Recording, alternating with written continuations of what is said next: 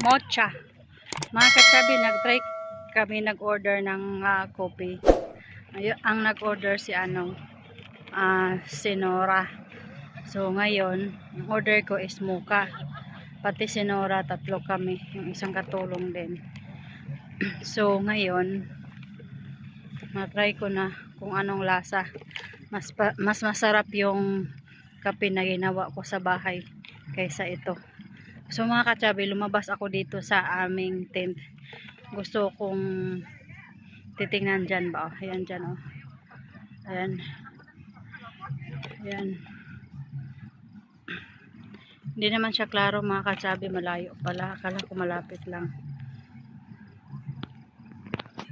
Akong isom ha. Isom ko. Ganyan lang pala siya. Ang layo naman. Ayan siya. Maglakad-lakad ako. Pupunta doon. Mag-ikot muna ako. Tapos na si Lula nag-ihi. Nag-ano na din siya. Nagdasal na. Kaya maglakad tayo papunta dito. Ito yung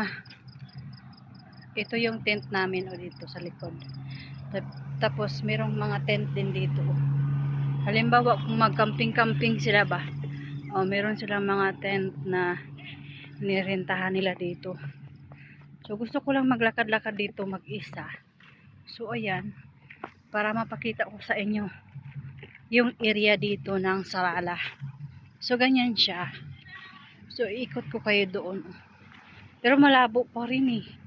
Kasi pala pag makita siya sa malayo yung mga ilaw-ilaw. Ganyan lang siya oh. Hindi siya masyadong klaro.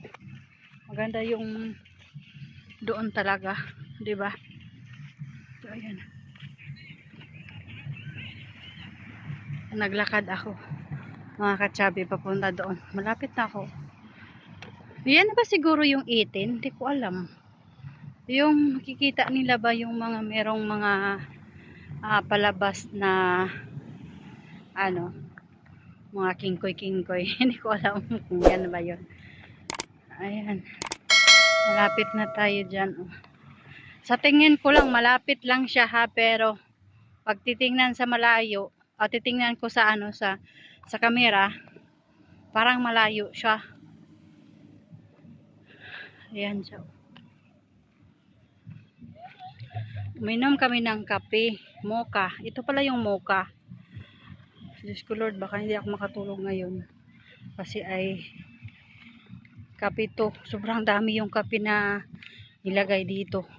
Mas masarap pa yung kape na ginawa ko mga katsabi. Yung unha na kape na ginawa ko sa bahay lang.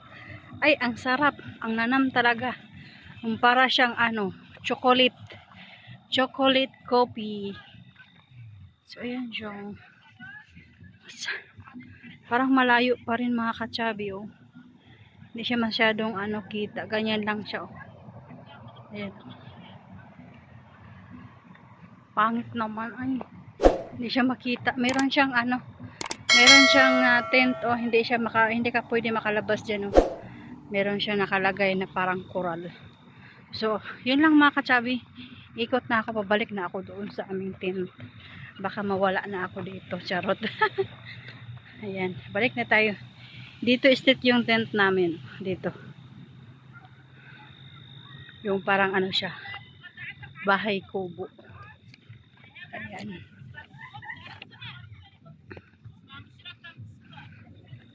Ang ganda dito mga katsabi pag mag-jogging-jogging ka ba. Diba? Wala pang masyadong bahay dito sa Salala. Ito yung Salala na probinsya ng Uman. Parang Pinas lang dito yung klima nila mga katsabi. Hindi masyadong mainit. Malamig siya ngayon. Kaya ayan. So ayan mga katsabi, dito na ako sa kalsada.